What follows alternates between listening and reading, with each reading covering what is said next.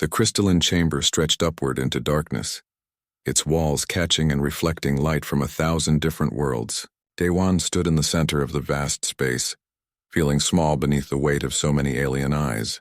Beside him, Jiwoo clutched her datapad, her jaw tight with barely controlled tension. Above them, arranged in spiraling tiers that seemed to go on forever, sat the representatives of the Galactic Council.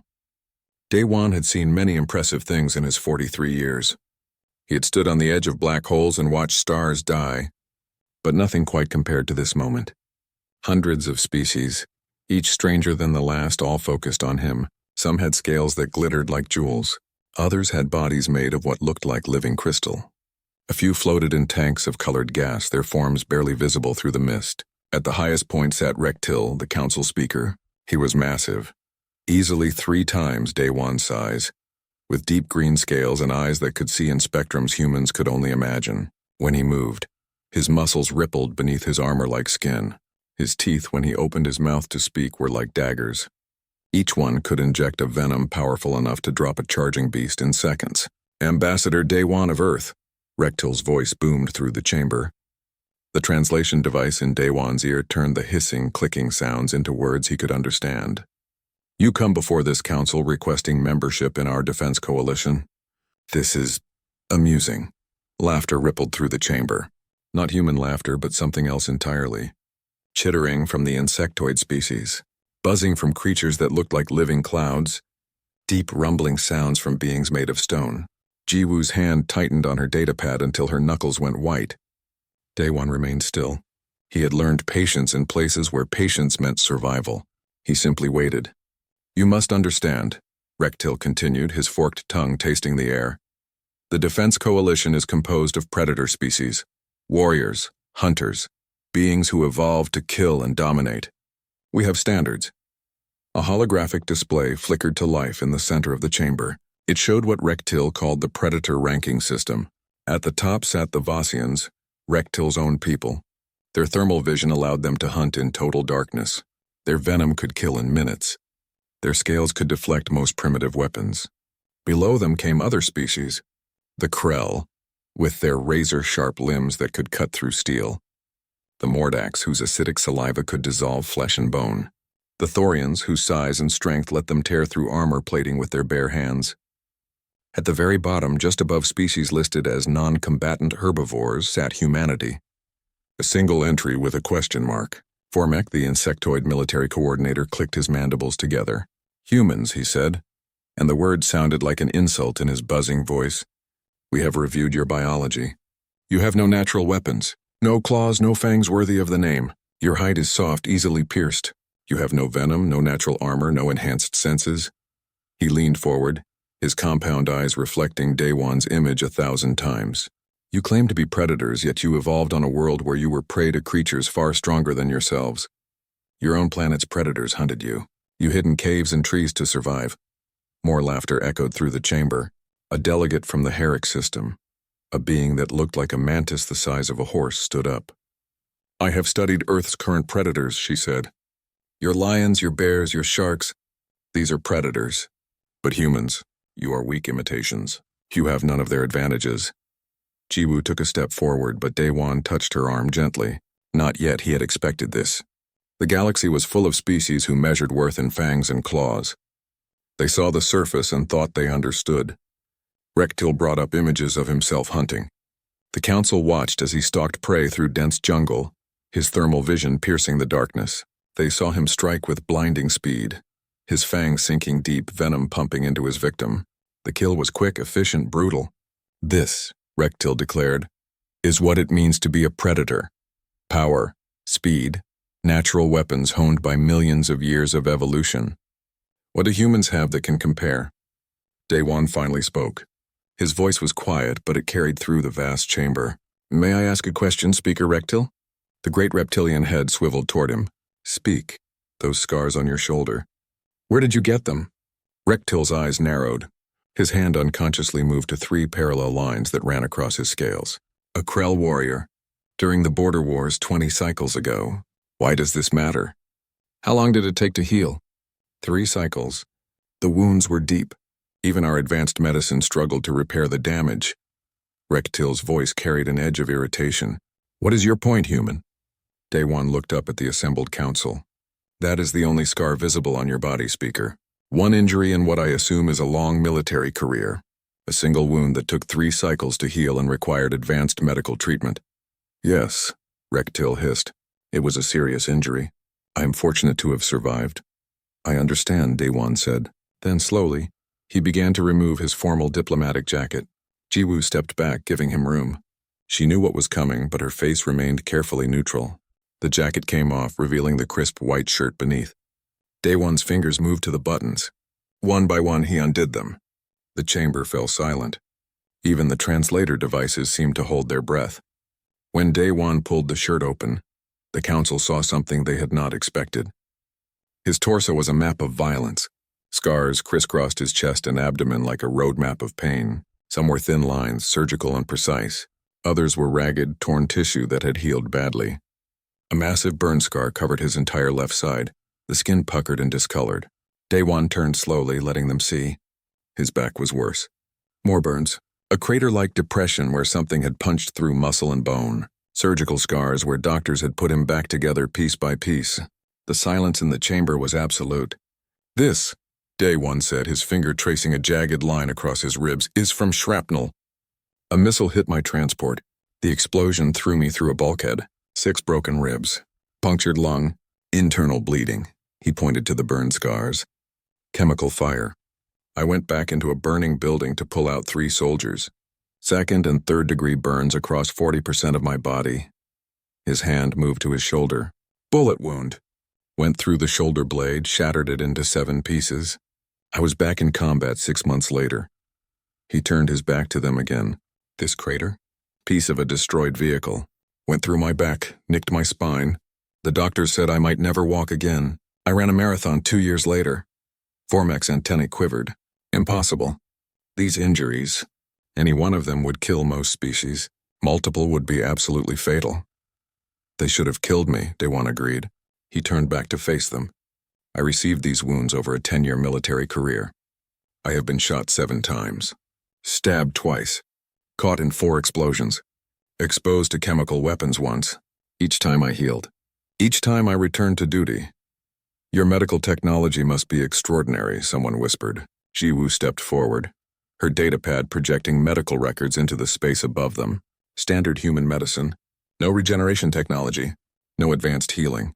Just time surgery when needed and the human body's natural ability to repair itself. The holographic records showed X-rays, surgical procedures, recovery timelines. The council members leaned forward, their earlier mockery forgotten. They saw bones that had broken and healed, tissue that had been destroyed and regrown, a body that had been torn apart and put itself back together. You call yourselves predators, Daewon said quietly. You measure predation in fangs and claws and venom. But you forget what evolution really is. It is adaptation, survival, finding a way to live in a world that wants you dead. He gestured to his scars. Humans did not evolve claws because we did not need them. We evolved something else, something you cannot see on the surface. Rektil's voice was shaken. What kind of predator evolves to sustain this much damage and survive? Daewon pulled his shirt back on, his fingers steady on the buttons. The kind that doesn't give up. The kind that keeps hunting even when wounded. The kind that chases prey not because we are faster or stronger, but because we never stop.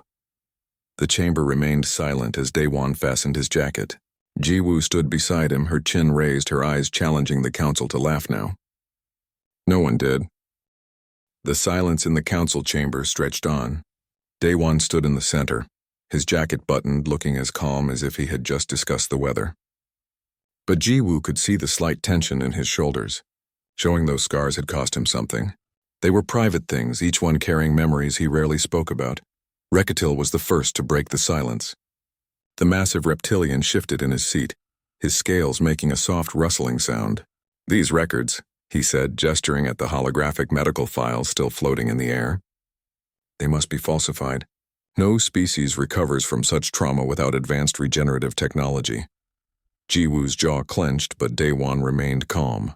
The records are verified by 3 independent medical facilities, Speaker, including one run by the Talarian species who are already council members. Would you like to contact them to confirm? A murmur ran through the chamber. The Talarians were known for their honesty. They were scholars and record keepers, a species that valued truth above all else. If they had verified the human medical records, then the records were accurate. Vormek descended from his seat, his insectoid legs clicking against the crystal floor. He approached Daewon slowly, carefully, as if approaching something dangerous. "May I?" he asked, gesturing toward Daewon. Daewon nodded. He unbuttoned his jacket again, pulling it and his shirt aside to reveal the scars once more. Vormek leaned close, his antennae twitching. In his culture, antennae could sense things human eyes could not. He could feel heat patterns, detect chemical signatures, even sense the flow of blood beneath skin. After a long moment, Vormek stepped back. His mandibles clicked rapidly, a sign of distress in his species. "It is real," he announced to the council. "The scarring is genuine. Old wounds healed naturally. Some show signs of surgical intervention, but the healing itself is biological. The human body did this." A delegate from the crystalline collective stood. Her body was translucent, light flowing through her like water. "How is this possible? Our own biology cannot recover from such damage. Even minor injuries require technological assistance to heal properly." Daewon looked at Jiwoo, who tapped her datapad. A new hologram appeared, this one showing a rotating image of a human body. "Humans have what we call redundant systems," Jiwoo explained. 2 kidneys, though we only need 1. 2 lungs. A liver that can regenerate up to 75% of its mass. Bones that, when broken, actually heal stronger than they were before. She zoomed in on the skeletal system. "Our bones are not solid. They are filled with marrow that produces blood cells. When a bone breaks, the body floods the area with specialized cells that build new bone tissue. The fracture site becomes harder than the surrounding bone." "Ridiculous," muttered someone from the upper tiers. "Evolution does not work that way. Strength comes from avoiding damage, not surviving it." "Does it?" Daewon asked. He pointed to Rektil. "Speaker, your scales are impressive armor. But what happens when they are damaged?" Rektil shifted uncomfortably. "They must be shed and regrown. The process takes cycles. Until then, the area is vulnerable. And if you lose a limb, it does not regrow. We have cybernetic replacements, but the original is lost forever." Daewon nodded. "Humans are different. We evolved on a world where injury was common. Our ancestors fell from trees. They were attacked by predators. They fought each other over resources and mates. Those who could not heal died. Those who healed well lived to pass on their genes." He touched the scar on his shoulder. This shoulder was destroyed. The doctors rebuilt it using metal pins and screws. But the bone grew around the metal. The muscle reattached. The nerves reconnected. I have 70% of my original mobility. For most purposes, it works. A small alien, barely the size of a human child, floated forward in a bubble of liquid. Through the translation device, her voice was like music. "But the pain, surely the pain of such injuries is unbearable." "It is," Daewon admitted. "Humans feel pain acutely. It is another survival mechanism. Pain tells us when something is wrong. But we also evolved ways to push through pain. Our bodies produce chemicals called endorphins. In moments of extreme stress or danger, these chemicals suppress pain. We have documented cases of human soldiers continuing to fight after losing limbs. They do not feel the injury until the danger has passed." The chamber erupted in shocked buzzing and clicking. The idea was clearly disturbing to many species present. From her seat near the top of the chamber, a delegate from the peaceful garden worlds stood. Her people were known for their philosophy of nonviolence. "This sounds like torture. Why would evolution create beings that suffer so much?" Jiwoo took this question. Her voice was gentle, understanding. "Because suffering means survival. A species that cannot endure pain dies when injured. A species that can push through pain has a chance to escape, to seek help, to heal. Our capacity for pain is matched by our capacity to overcome it." She brought up new images. These showed human athletic achievements. Marathons where runners push their bodies to the edge of collapse. Mountain climbers ascending peaks that would kill most species from the altitude alone. Swimmers crossing vast distances in freezing water. Humans regularly push themselves past what should be possible, Jiwoo continued. We call it hitting the wall when the body begins to shut down from exhaustion. But humans have learned to push through that wall. We ignore our body's signals to stop. We keep going. Madness, Rektil hissed. But there was something new in his voice. Not mockery. Something closer to fear. Daewon buttoned his shirt again. You asked what kind of predator evolves this way. I will tell you. We are pursuit predators. We are not the fastest. We are not the strongest. But we are the most stubborn. He gestured for Jiwoo to bring up another image. This one showed an ancient human, barely dressed, running across a savanna. In the distance, a four-legged animal fled. This is how our ancestors hunted, Daewon explained. They would wound an animal with a spear. Not a killing blow, just enough to make it bleed. Then they would follow.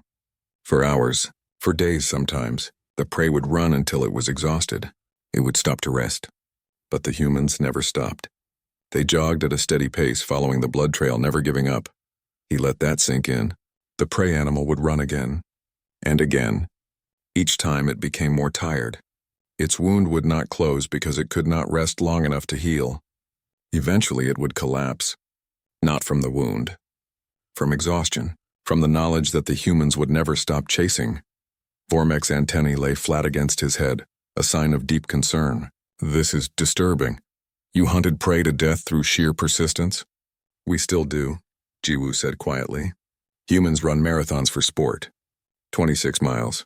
Some run ultramarathons. 50 miles. 100 miles. Distances that would kill most species. We do it for fun. A new voice spoke up from the middle tiers. It belonged to Hyojin, appearing as a hologram. She stood aboard the human vessel Indomitable, which waited just outside the system. If I may add something, Ambassador? Daewon nodded. Please, Officer Hyojin. I am a communications officer aboard a human military vessel. I have served for 6 years. In that time, I have seen crew members work 30-hour shifts without rest. I have seen engineers repair critical systems while exposed to radiation levels that should be fatal. I have seen our captain continue giving orders while suffering from injuries that would hospitalize any other species. She paused. And this is normal. This is what we expect from each other. Not because we are cruel, but because we know what humans can endure. We know that the human body will keep going long after it should quit. We know that if we have to, we can push past pain and exhaustion and fear, because that is what humans do. The council chamber was silent again, but this was a different silence than before. This was not the silence of mockery. This was the silence of beings reassessing everything they thought they knew. Rekta looked down at his own body. His perfect scales, his powerful muscles, his deadly fangs. For the first time in his life, he wondered if perhaps strength came in forms he had never considered. You said you wished to join our defense coalition, he said slowly. But I must ask, if humans can endure such damage, if you can push through pain that would stop any other species, if you literally chase your prey until it dies of exhaustion? He paused. What happens when humans go to war? Daewon's expression went flat. The warmth left his eyes. Jiwoo took a small step back, giving him space. She knew that look. She had seen it once before when someone had asked about Daewon's military service.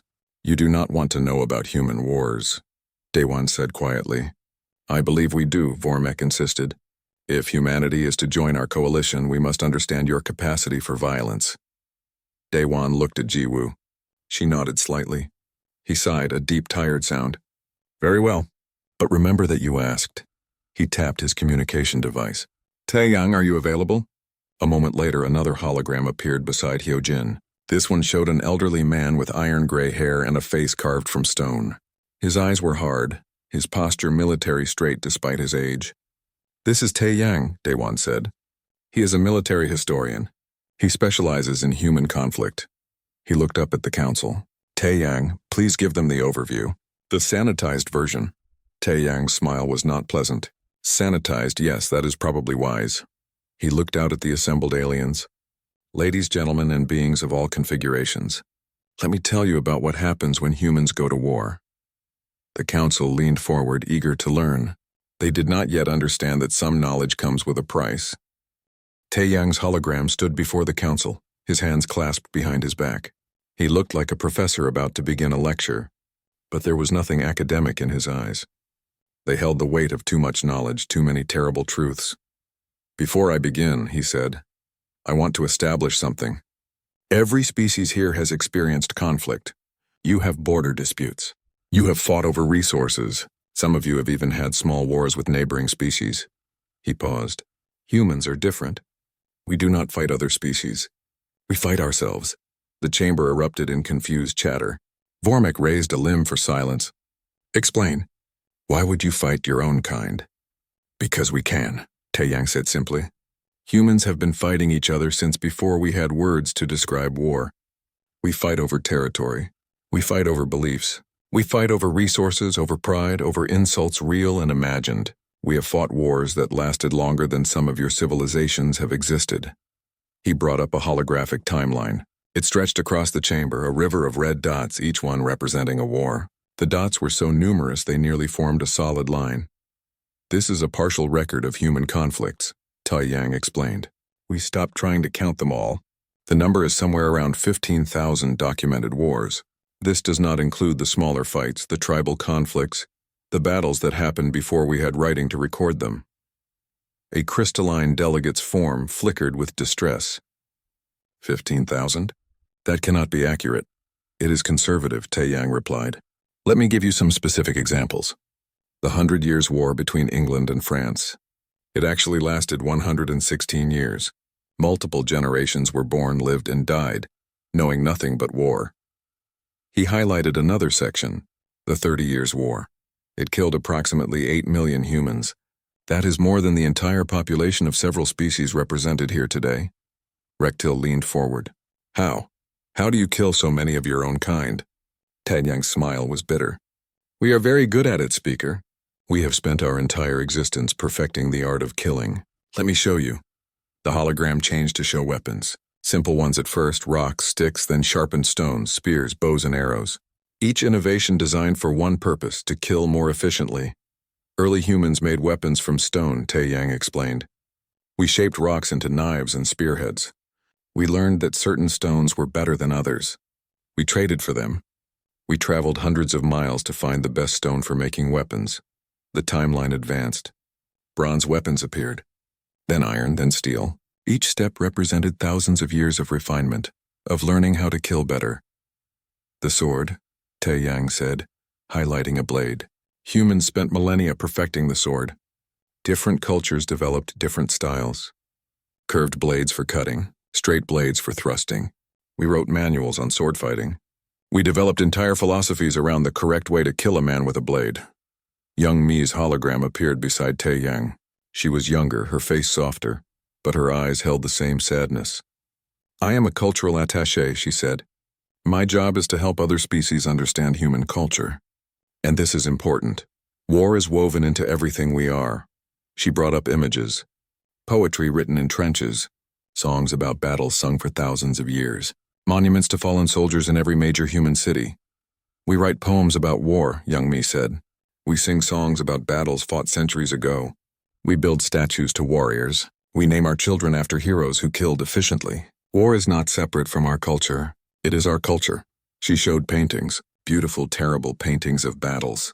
Humans charging into gunfire, ships exploding, cities burning. We make art about war. We consider some of our greatest artistic achievements to be depictions of violence. This painting is called The Battle of Waterloo. It hangs in a museum. Children visited on school trips. The council members shifted uncomfortably. A delegate from the peaceful garden world stood, her form trembling. This is horrific. You celebrate violence? You teach your children to glorify war? No, Daewon said firmly. We teach them to remember. There is a difference, Young Mi nodded. We remember because forgetting would be worse. Every monument to a fallen soldier is also a reminder of the cost. Every song about battle tells the story of those who died. We do not celebrate war. We acknowledge it. We accept that it is part of who we are. Taeyang brought the timeline forward to more recent conflicts. World War I lasted 4 years. Killed 17 million humans. Introduced chemical weapons, machine guns, and trench warfare where soldiers lived in mud and filth for months at a time, watching their friends die. He moved on. World War II, 6 years, 75 million dead. We developed weapons that could destroy entire cities in seconds. We built factories whose only purpose was to produce death on an industrial scale. We created gas chambers to kill efficiently. We bombed civilian populations. We turned war into a science. The numbers were incomprehensible. Vormek's antennae lay completely flat. 75 million. That is, I cannot even conceptualize such loss, neither could we, Tai Yang said quietly. Not until it happened. And even then we kept fighting. Because that is what humans do. We do not stop.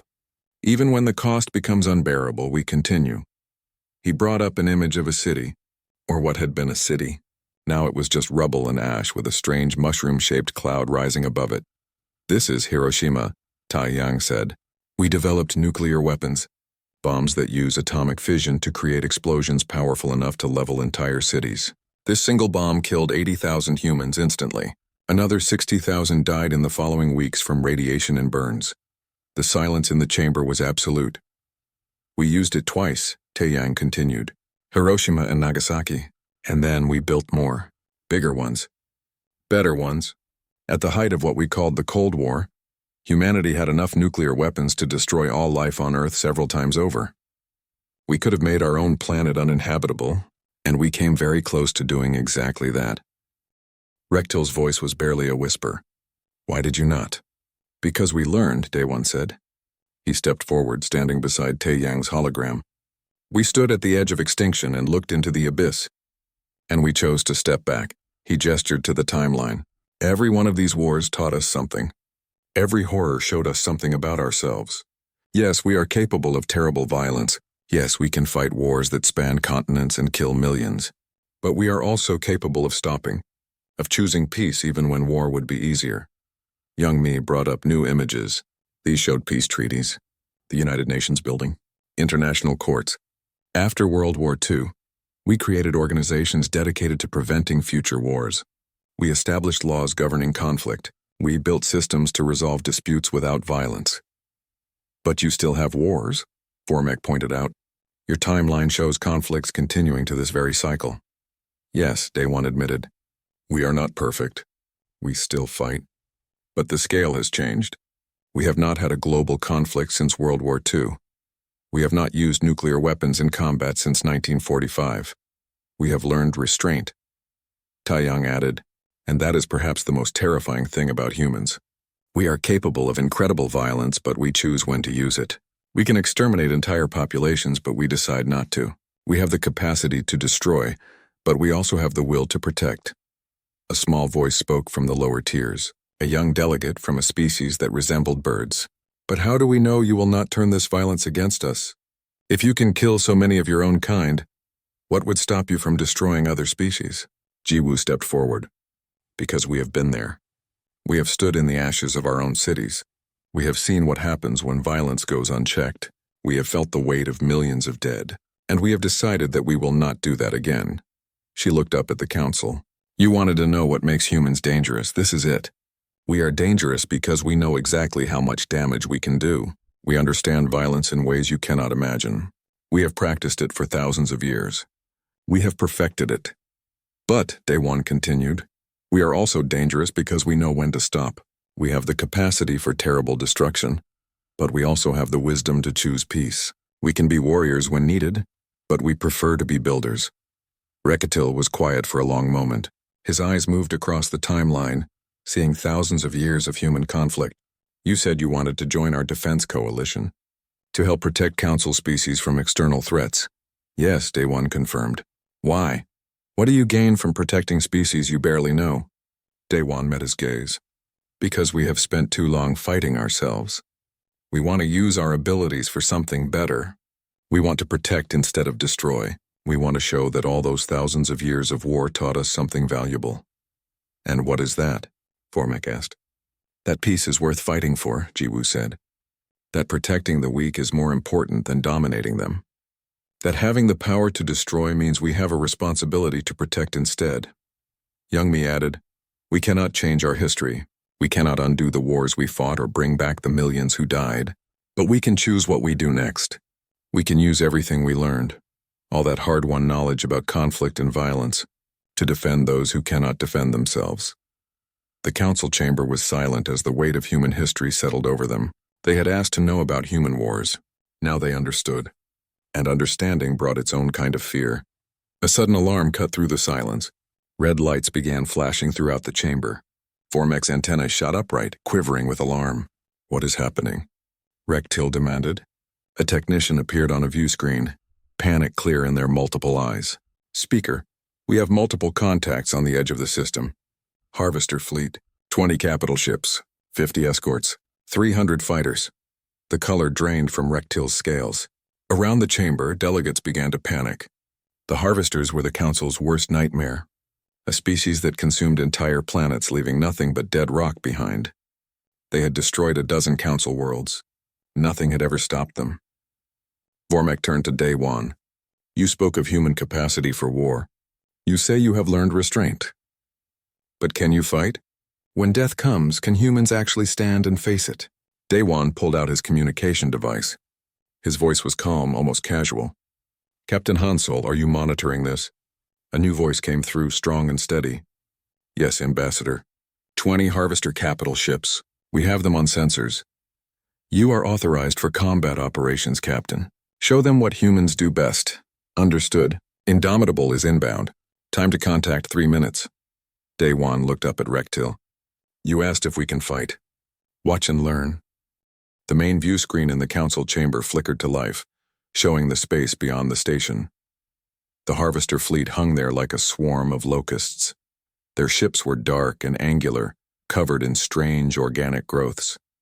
They pulsed with a sickly green light, like infected wounds in the fabric of space. Council defense forces were already scrambling. Small fighters launched from nearby stations.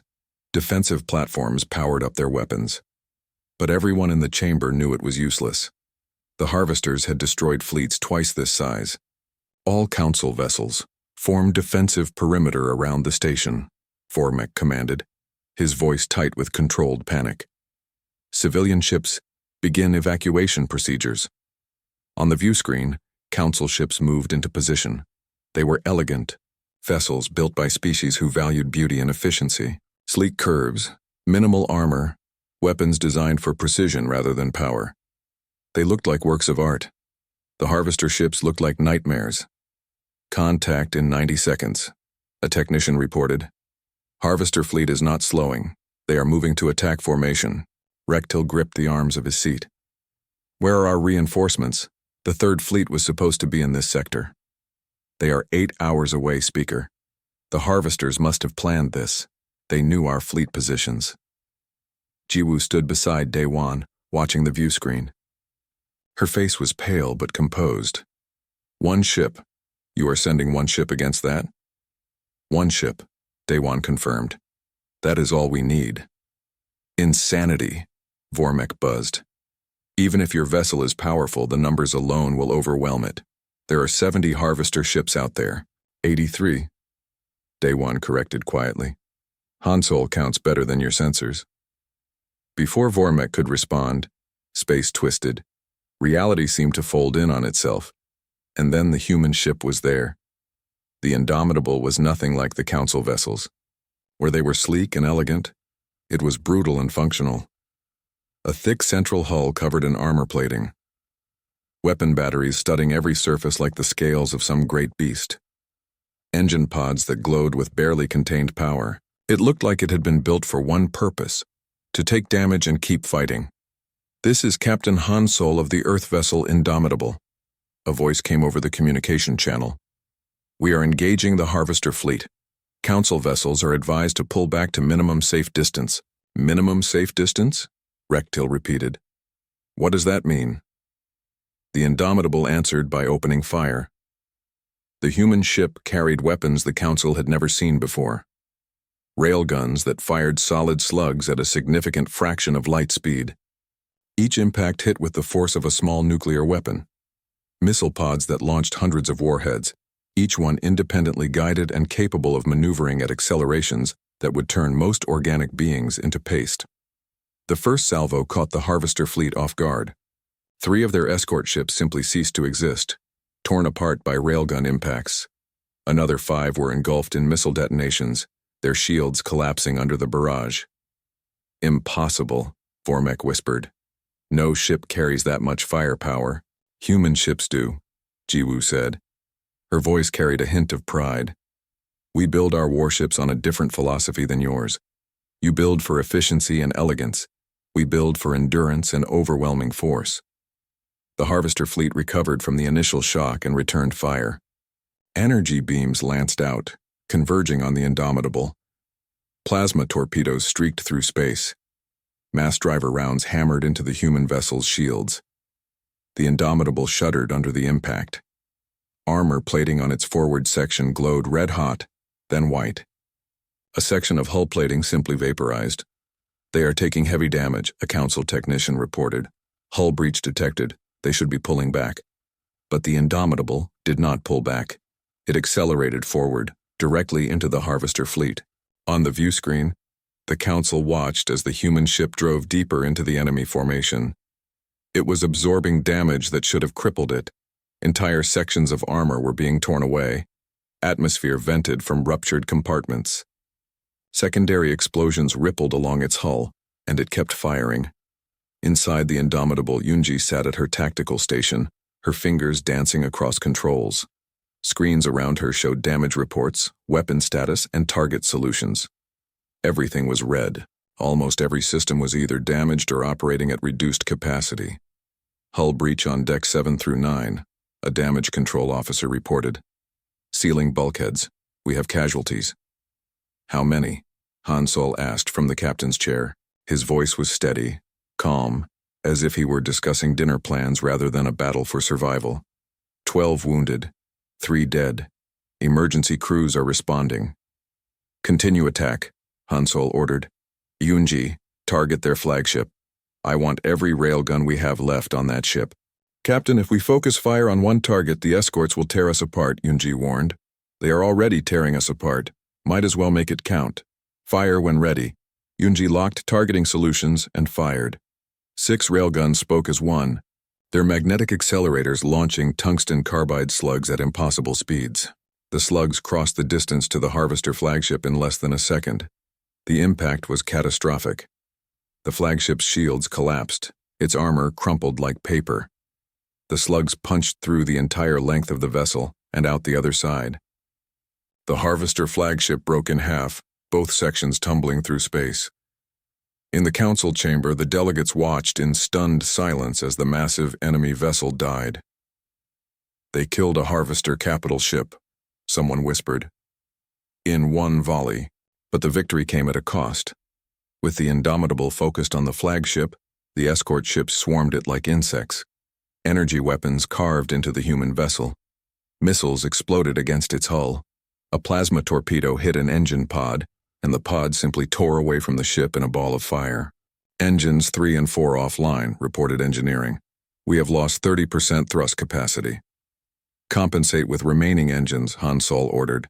"Helm, bring us about. I want another attack run." "Captain, we cannot sustain this level of damage much longer," Yunji said. Her voice remained professional, but there was an edge to it. Fear, perhaps, or simply the knowledge that they might not survive the next few minutes. "We do not need much longer," Han Sol replied. "We just need to buy time for the council to evacuate." "How many civilians have gotten clear?" A communications officer checked her screens. "Approximately 60% of civilian vessels have reached minimum safe distance. Not enough. We continue the attack." The Indomitable came about, its damaged hull groaning from the stress. It plunged back into the Harvester formation, weapons blazing. More enemy ships died, but the human vessel was being torn apart piece by piece. In the council chamber, Rectil found himself leaning forward, his claws digging into the arms of his seat. He had seen many battles in his life. He had fought in wars and led fleets into combat, but he had never seen anything like this. The human ship was dying. Anyone with basic sensor knowledge could see that. Whole sections were now open to space. Secondary explosions walked along its hull like footsteps. It was venting atmosphere, debris, and what looked like bodies.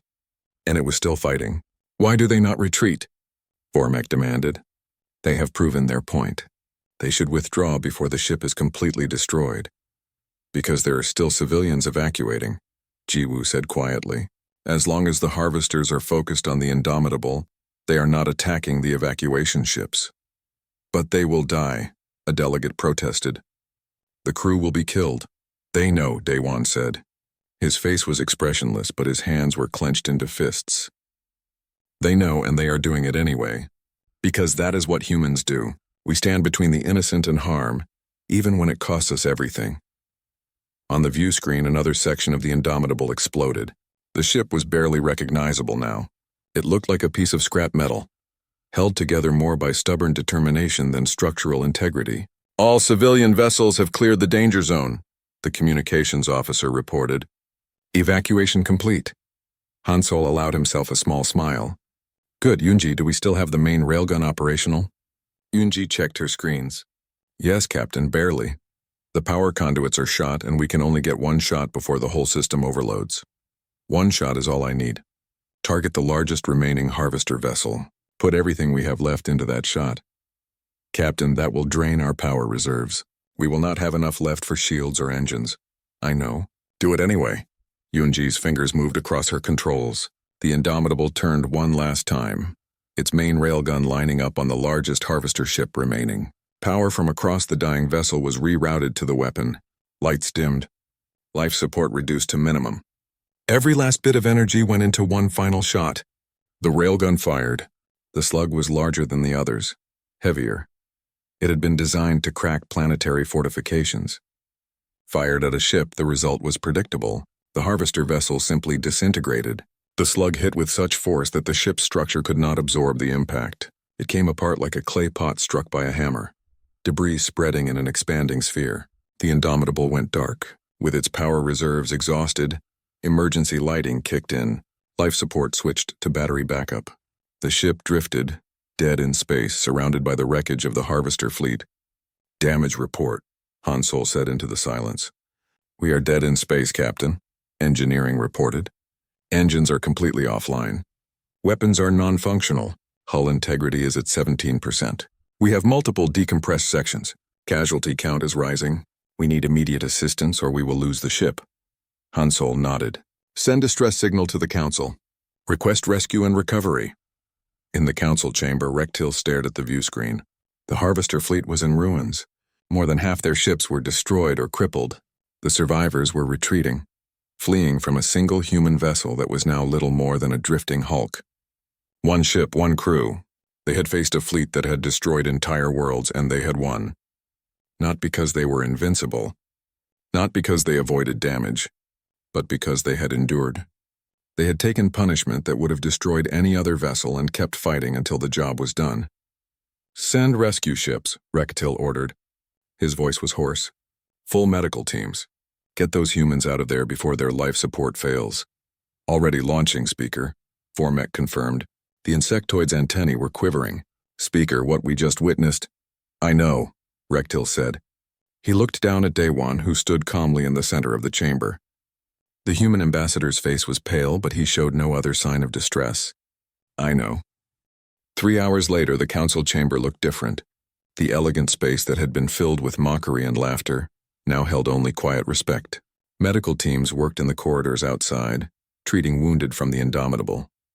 Council engineers assisted with rescue operations, cutting through twisted metal to reach trapped crew members. Daewon stood at the main view screen, watching the recovery efforts. The Indomitable hung in space like a broken tooth, surrounded by Council rescue vessels. Pieces of hull plating drifted away from it, trailing atmosphere that froze into glittering crystals. Jiwoo approached him quietly. "Casualty report from Captain Hansol. 15 dead, 63 wounded, 27 seriously. The ship itself is a total loss. They are recommending it be scrapped." Daewon nodded slowly. His jaw was tight. 15 dead, 15 people who will never go home. "They saved thousands," Jiwoo reminded him gently. "The evacuation got everyone clear. If the Indomitable had not engaged, the harvesters would have destroyed the civilian ships." "I know. It does not make it easier." Footsteps echoed on the crystal floor. Rectil approached, moving more slowly than before. The great reptilian seemed diminished somehow, as if the battle had taken something from him as well. "Ambassador Daewon," he said formally, "I owe you an apology." Daewon turned to face him. "For what, Speaker?" "For underestimating your species. For mocking what I did not understand. For measuring predation in fangs and claws when I should have been looking deeper." Rectil gestured at the view screen. "What I witnessed today changed how I see the galaxy." Vormek joined them, his antennae moving in slow, thoughtful patterns. We have retrieved data from our sensors during the battle. The damage the Indomitable sustained was catastrophic. By any reasonable measure, the ship should have been destroyed in the first 5 minutes of combat. But it wasn't, Jiwoo said. No.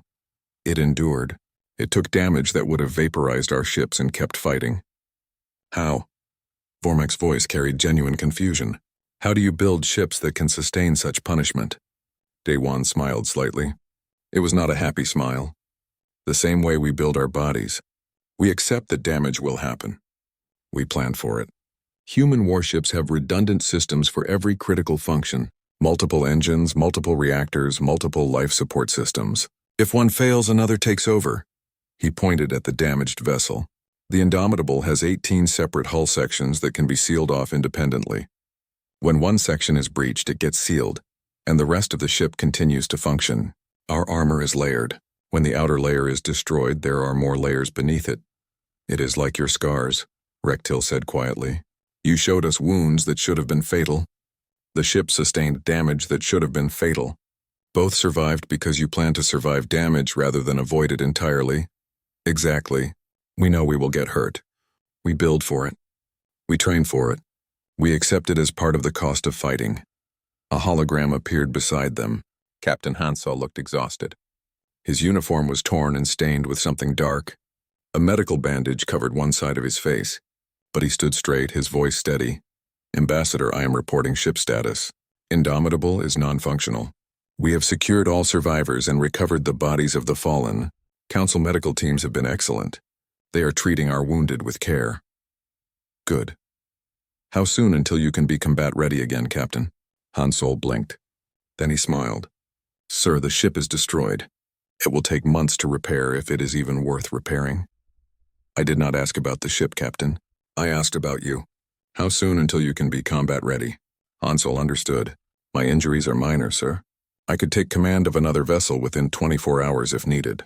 And your crew? The wounded will need time. But the others? Hansol glanced at something off-screen. They are already asking when we get a new ship. Yunji wants to make sure it has bigger railguns. Engineering wants better armor. Communications wants faster sensors. They are treating this as a learning experience. Vormek's antennae shot straight up. Learning experience? Your ship was destroyed. 15 of your crew died. How is this a learning experience? Because now we know what works and what does not, Hansol explained patiently. We know the railguns performed well. We know the armor held longer than expected. We know the harvester targeting systems have a specific weakness we can exploit. Every battle teaches us something. We learn and we get better. You are insane, a delegate whispered. All of you. Completely insane. Daewon shook his head. Not insane, practical. We exist in a universe that is trying to kill us. Our planet had predators stronger than us. Space has hazards that can destroy ships in seconds. The galaxy has species like the harvesters that want to consume everything.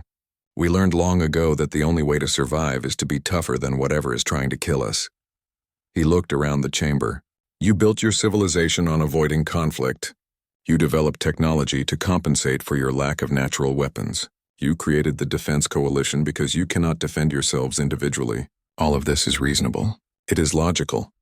But it is not enough, Jiwoo added. When the harvesters came, your ships fled. Your people evacuated. You called for reinforcements that would take hours to arrive. You did all the reasonable, logical things.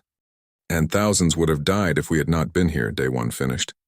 Because sometimes reason is not enough. Sometimes you need someone willing to stand in the fire and refuse to move. Someone stubborn enough to take damage that should be fatal and keep fighting anyway. Rektil was quiet for a long moment. When he spoke, his voice was soft. We laughed at you. We called you weak. We said you were not predators. You were wrong, Vormek said. Humans are not just predators. You are something else entirely. What are we? Jiwoo asked. A new voice spoke from the back of the chamber. Sun-hee, the xenobiologist, stepped forward. Her hologram was small but clear. May I answer that, Ambassador? Daewon gestured for her to continue. Sun-hee addressed the council. I study how species evolve and adapt. I have examined hundreds of predator species across the galaxy. Most evolve specific advantages: speed, strength, venom, natural weapons. They became good at one thing and specialized in it. She brought up an image of Earth. Humans evolved differently. We did not specialize. We generalized. We can run long distances, but we are not the fastest. We can climb, but we are not the best climbers. We can swim, but we are not aquatic. We can do many things adequately rather than one thing perfectly. That sounds like a weakness, someone commented. It is the opposite of weakness. It is adaptability. When the environment changes, specialists die. Generalists adapt. When food sources disappear, specialists starve. Generalists find new food. When predators evolve new hunting methods, specialists go extinct. Generalists learn and survive. Sun He changed the image to show human evolutionary history. Humans evolved in an environment that was constantly trying to kill them. Climate change, predators, disease, starvation, other humans. We survived all of it not by being the strongest or fastest, but by being stubborn and adaptable. She looked at the council. You asked what humans are. We are survivors. We are the species that refuses to die. We are the ones who look at impossible odds and say, I can endure this. We are the ones who get knocked down and get back up. Every single time. Young Mi appeared beside Sun He. The cultural attaché was carrying a small plant in a pot. I brought something to show you. This is called a dandelion. On Earth, we consider it a weed. You know why? The council remained silent. Because you cannot kill it. You can pull it up and it grows back. You can poison the soil and it survives. You can pave over it with concrete and it finds cracks to grow through. It spreads everywhere. It adapts to every environment. It refuses to die. She set the plant down gently. Humans are like dandelions. We spread across our entire planet, from frozen tundra to burning deserts. We survived ice ages and droughts and plagues that killed millions. And every time something tried to wipe us out, we came back stronger. Reptile approached the small plant. He studied it carefully. This is what you were trying to tell us? That humans are like weeds? Persistent weeds, Young Mi corrected with a smile. The kind you can never get rid of. The kind that always comes back. Daewon walked to the center of the chamber. The Defense Coalition asked us to prove we were predators. We showed you our scars. We showed you our history. We showed you how we fight, but we are not asking to join your coalition as predators. He looked up at Reptile. We are asking to join as protectors, as the species that will stand between you and harm, as the ones who will take the damage so others do not have to, as the ones who will refuse to quit even when quitting would be easier. Jiwoo stepped beside him. You have technology. You have intelligence. You have civilization spanning dozens of worlds. But when the harvesters came, you needed something else. You needed someone willing to bleed so others could escape. You needed someone stubborn enough to face impossible odds. You needed humans, Daewon said simply. Vormek descended from his seat. He approached Daewon and, in a gesture that was clearly formal in his culture, lowered his head. The Defense Coalition would be honored to have humanity as members, not as fellow predators, as something better. What is that? Daewon asked. As guardians, as the ones who stand watch when others sleep, as the ones who endure so others do not have to. Vormek raised his head. The council laughed when you called yourselves predators. We were fools. We measured strength in the wrong way. Reptile approached as well. The massive reptilian looked at Daewon with something like respect. I have one more question, Ambassador. You said humans keep going when everything else stops. You said you never quit. But surely there is a limit. Surely there is a point where even humans say enough. Daewon was quiet for a moment. He thought about the 15 crew members who would never go home. He thought about the scars on his body, each one a memory of pain. He thought about the thousands of years of human warfare and suffering. There is a limit, he admitted, but it is not where you think. Humans do not quit when we are hurt. We do not quit when we are tired. We do not quit when the odds are impossible. We quit when there is nothing left worth fighting for. He met Reptile's eyes. As long as there are people to protect, we will not quit. As long as there is a chance to make things better, we will not quit. As long as there is hope, no matter how small, we will keep going. And if there is no hope? Reptile asked quietly. Daewon smiled. It was a genuine smile this time, warm and certain. Then we make hope. We create it where none existed. Because that is what humans do. We look at the impossible and make it possible. We look at despair and choose to fight anyway. We look at the end and say, not today. In the silence that followed, the council members understood something fundamental had changed. They had entered this day believing they understood the galaxy. They understood predators and prey, strength and weakness, logic and reason. Then they had met humanity and all their certainty crumbled. These strange creatures with their soft skin and scarred bodies, who fought wars against themselves for thousands of years, who built ships designed to take catastrophic damage, who charged into certain death to protect strangers. They did not fit into any category the Council had created. Humans were not the strongest. They were not the fastest. They were not the smartest or the most advanced. But they had something else. Something the Council had never valued because they had never needed it. They had the absolute, stubborn, unreasonable refusal to give up. And in a galaxy full of species who fled from danger, who calculated odds and made rational decisions, who valued survival above all else, that stubbornness was the most powerful weapon of all. Rectil raised his voice to address the full Council. I call for an immediate vote. All in favor of accepting humanity into the Defense Coalition as full members with all rights and privileges. The chamber erupted in affirmation. Clicks, buzzes, chimes, and calls in 100 different languages, all meaning the same thing. Yes. It is unanimous, Rectil declared. Welcome to the Defense Coalition, Ambassador Dewan. Though I suspect the galaxy will never be quite the same. Dewan bowed slightly. Thank you, Speaker. We will do our best to prove worthy of your trust. As the council chamber began to empty, Jiwoo moved close to Dewan. 15 dead, she said quietly. Was it worth it? Daewon looked at the view screen where rescue operations continued around the shattered Indomitable. Ask the thousands of civilians who got to safety. Ask their families. Ask their children who will grow up because someone stood between them and the harvesters. He turned to face her. We did not ask for soft skin or weak bodies. We did not choose to be pursuit predators who have to chase our prey until it collapses from exhaustion. We did not decide to be a species that has to endure pain rather than avoid it. But we got all of that anyway. So what do we do with it? Jiwoo asked. We use it, Daewon said simply. We take all that stubborn refusal to quit, all that capacity to endure, all that willingness to stand in the fire, and we use it to protect others.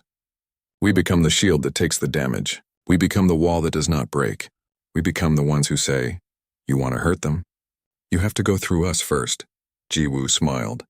And we never quit. Never, Daewon agreed. Because that is what humans do. We get back up. In the space beyond the station, the Indomitable drifted, broken but not defeated. Its crew was already talking about the next ship, the next battle, the next chance to prove that some things are worth bleeding for. The hull was scarred and torn, pieces missing, systems destroyed, but it had done its job. It had stood between the innocent and harm. It had endured. It had refused to quit. And that, more than any weapon or armor or shield, was what made it truly dangerous. Because in the end, the most terrifying thing in the galaxy is not the creature with the biggest fangs or the sharpest claws. It is the creature that simply will not stop. The one that takes damage that should be fatal and keeps coming. The one that looks at impossible odds and charges forward anyway. The creature that gets back up. Every single time,